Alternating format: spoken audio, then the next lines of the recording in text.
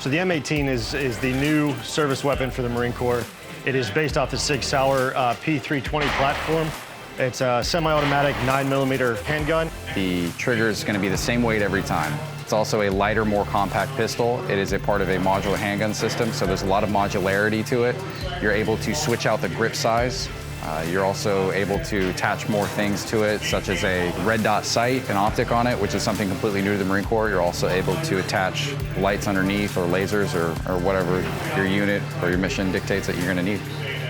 This pistol comes with a couple of new rounds, which the Army developed. M1152 and M1153. The 1152 is a ball round, 1153 is a special purpose. It's replacing every single pistol that's in our inventory. It's important in terms of, modernization and lethality going forward.